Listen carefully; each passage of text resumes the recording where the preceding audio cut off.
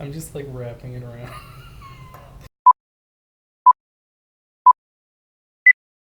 Which podcast number is this? 4. Cuatro. Admin podcast number 14. No, just 4. 4. Cuatro. It's number Sorry. 4. Admin podcast 44. I like it. We'll go with it. 4.4.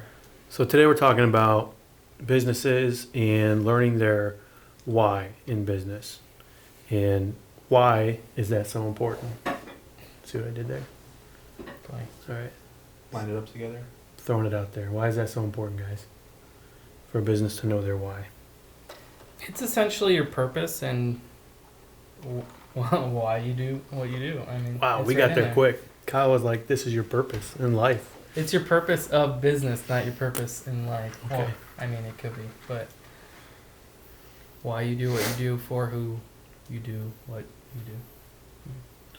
Why is it such a vital thing to know? I mean, we deal with this a lot when we're on the marketing side with agency, and we really try to hone in on this for certain clients.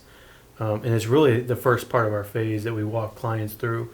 And maybe when you guys can kind of share why that is. Why do we start with this why question? Well, it's essentially starting with a goal in mind, you know, so that you kind of have a North Star for, okay, this is where we're trying to go, or this is why we're doing this, and now we can make steps to get there, essentially. And I think like a lot of times like business owners you might already have that initial why, you don't know, it's not labeled yet, but it's the passion that drives your business. So I think a lot of times like a business owner might get into it, they have their passion, they have their why, but it's not labeled yet, then they scale their business and they lose track of it. So then maybe their message isn't consistent, or maybe their employees don't get the right idea of why they're doing what they're doing.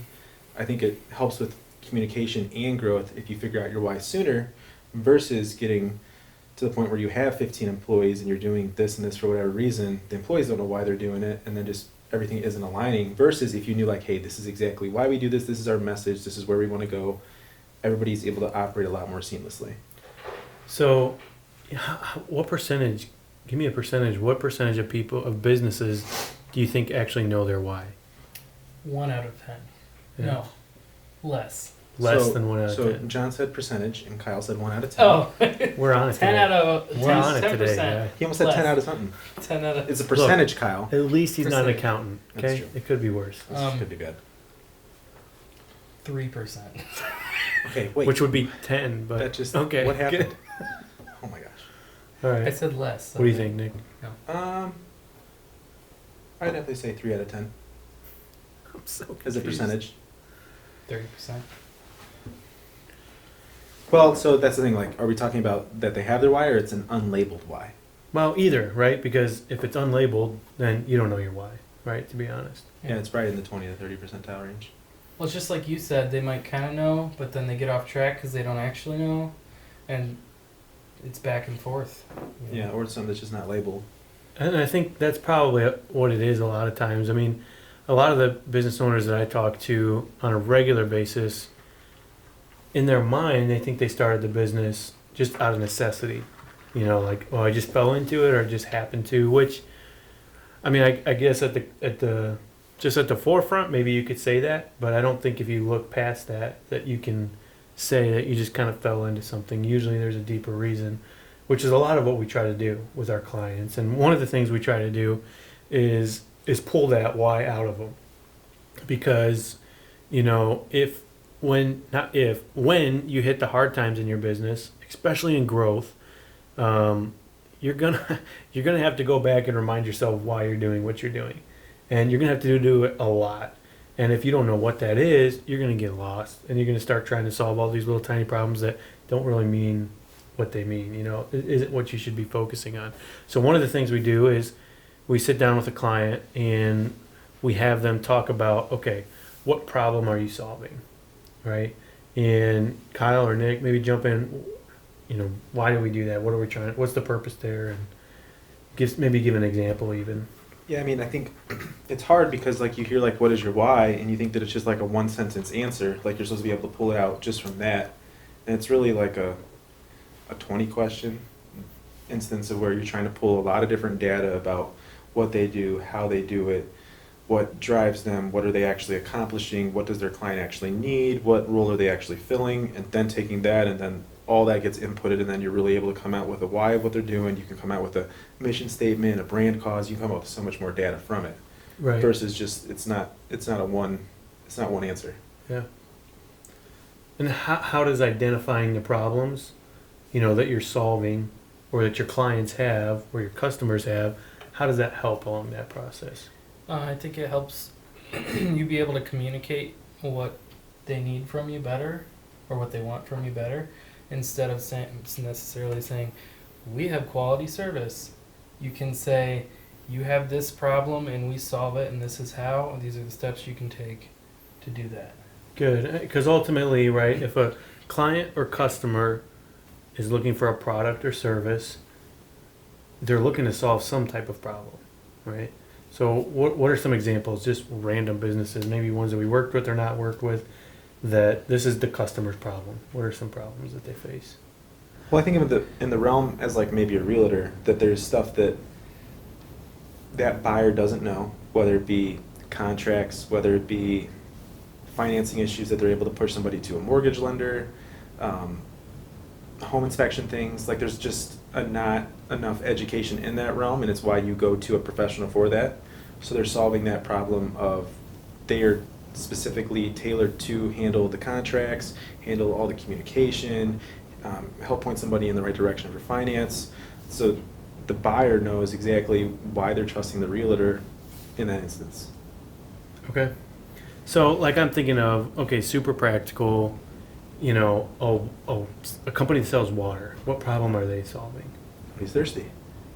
Which is what probably most people would answer, right? But I think it's more than that. I don't think a lot of people go for water just when they're thirsty. Why do people go for water? What's the real problem they're solving there? The thought process that they're not hydrated.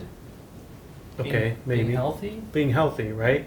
So somebody that goes for water, I mean, there's a million options when you walk into a store to get hydrated by. You have Gatorade that has the electrolytes, and you have all these different options. But somebody chooses water because they don't want the sugar, they don't want this, they don't want that, but they want to be healthy, right? So if I'm selling water or box water, right, then my customer base, what am I trying to solve? I'm trying to solve a health problem, and that's what I'm going to answer to my client, right? If I'm just selling a hydration, period, then maybe electrolytes would be more important at that point, like a Gatorade or something like that. After we walk our clients through what problems do you solve for your clients or customers, the next big thing is we ask them is, what do you offer as a solution? How do you help them solve those problems? And maybe you guys can jump in here and give me an example of, hey, here's the problem, here's the business, and this is how we solve that problem. So it can go deeper sometimes even. So you mentioned box water as a joke, but Right. really for them it's not even about the water, it's about you're a part of a cause. So like the box water, it's better for the environment. You're joining in, I mean it's kind of a trend, but also you're going along with this cause that's supposed to help the environment. So that's what we're doing, you know what I mean? Well, what they're doing is they're hydrating people and selling Yeah. water. Mm-hmm. Their why Or yeah. is what we're getting to, and that's what's super important to know. Because in that instance specifically, what people are buying into is not, here's water, and how much is that box water, Oh.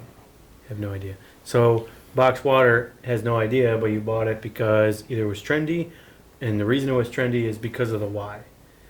But even before we get to the why, we have to say, okay, how are we solving this problem? So in this instance, their why is they're solving a deeper problem, and that just happens to be, what they do is sell water, but why they sell water is to solve this. And do you know what it is?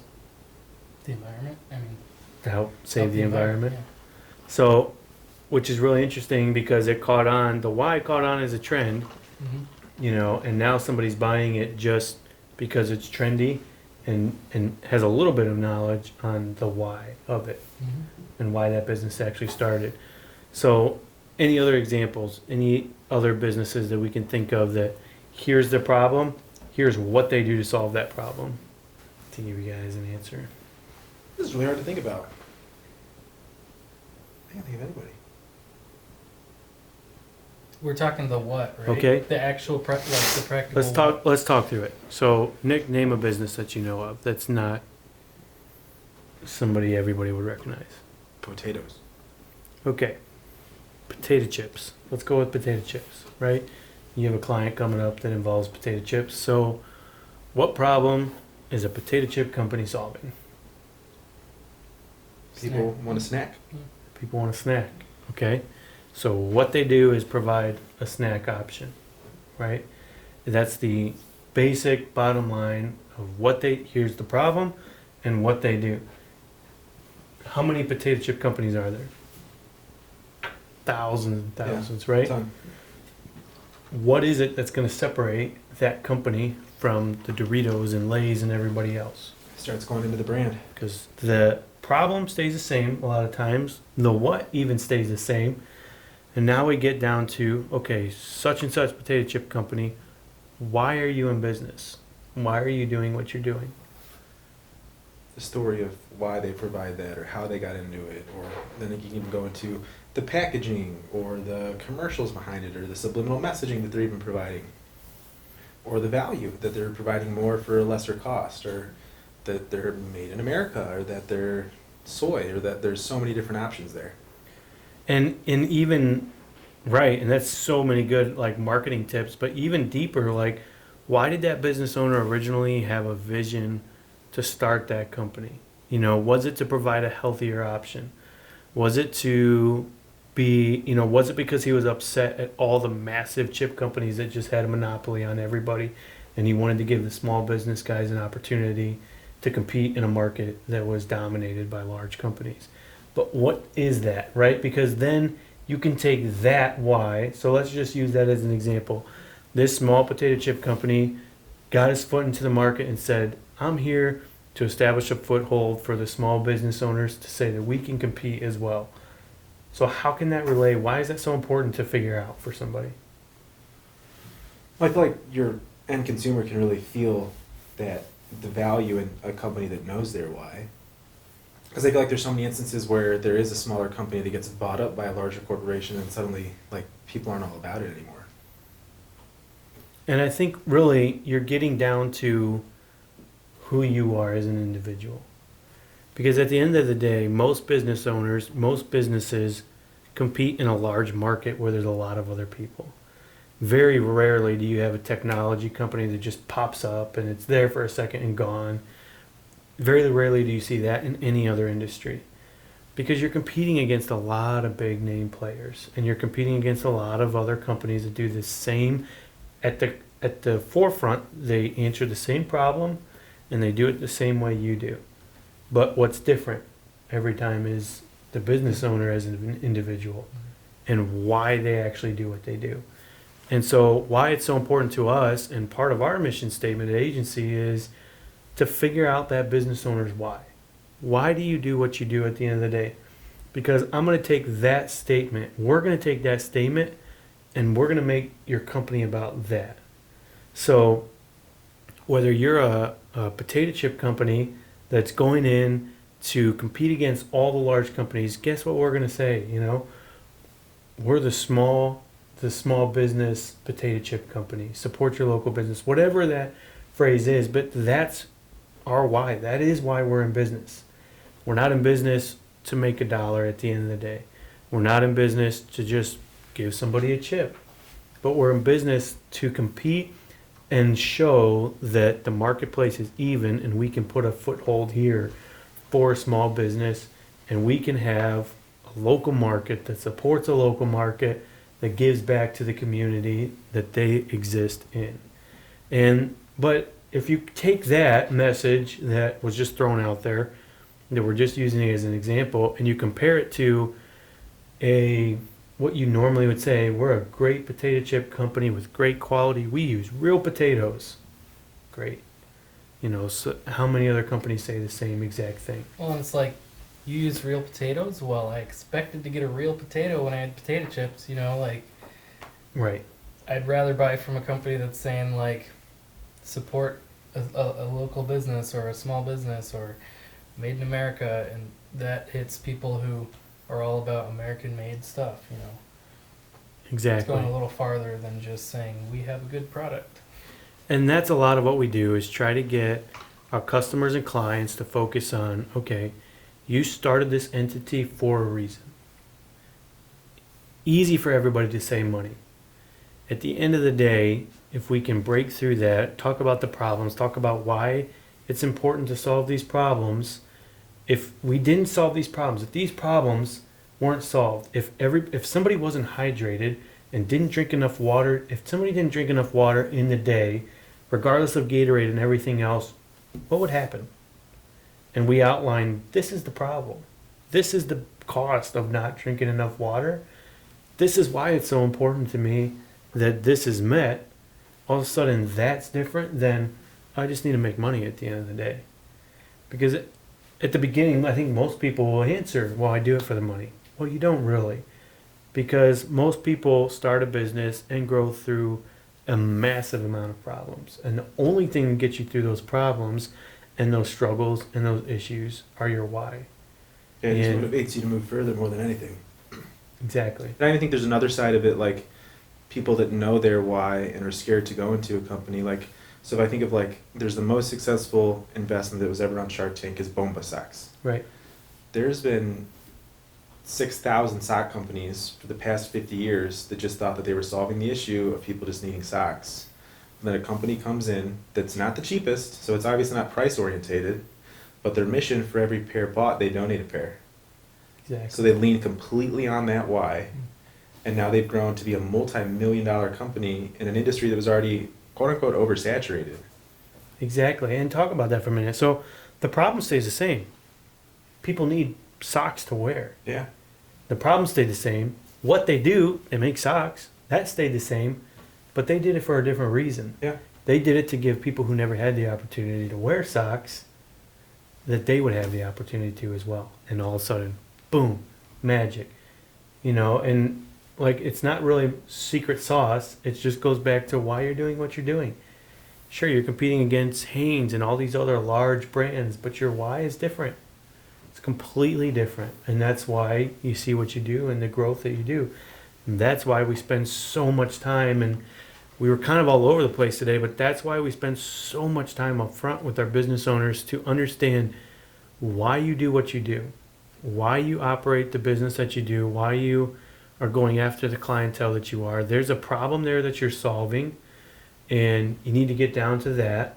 That way you can say, okay, this is the problem I'm solving, and if this problem isn't solved, it's going to lead to this and this. And if this and this happen, this is a big deal, and this is why that's a big deal to me. And that's what's so important for business owners to know. And it's a different approach that we face, because it's not just the first day we meet with somebody, I'm not going to sit down and say, hey, guess what? We're going to get 500 new followers on Facebook today. It has nothing to do with that. It has to do with, why are you in business? Why do you do what you do? But if you don't start with that as a business owner, then you're never going to get to the, sure, you can get 500 followers, but they're not going to be real. They're not going to be people that need your why.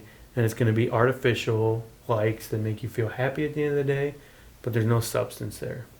And I think that everybody does have that passion. I think everybody does have that why. If you don't know it yet, that's fine. Yeah. There's plenty of things that take time. Like, this is probably the 16th kind of job that I've had. Like, it's, some people find it right off the go. Like, you find what you're good at and you click with it. But just because you haven't, you can't get frustrated with it. But you really need to pay attention to, like, your gut on that, because for you to try to do something that you don't necessarily care about, if you flip it to something that you are passionate about and that you have your why, you're going to be 100 times more successful. You're exactly You're going right. to go longer with it. You're going to be able to put in the work with it. That's when you get to that 10,000 hour aspect. Because I don't know how many companies that I've sat down with, and it's something that you have to be able to do, is you might sit down with a business owner that's looking to grow. They might have the money to pay to hire your service, but if their why isn't aligned with exactly with who they are, they're eventually just going to be a client that you won't be able to take anywhere. Exactly. They're never going to see the growth from it. They're going to pit it back on you, and that's an instance where you have to be like, hey, like, I don't think this is a good fit for us to represent you. Maybe there's something else we can help you out with, but like, this just isn't going to be a good fit. And the truth of the matter is, that fit is because it's not somebody that you're ever going to be able to help grow because they're not in it for the most quote unquote the right reasons. And not that you're judging that, but you're able to really take an exercise about helping somebody find out their why, and whatever that cranks out, it's usually pretty right.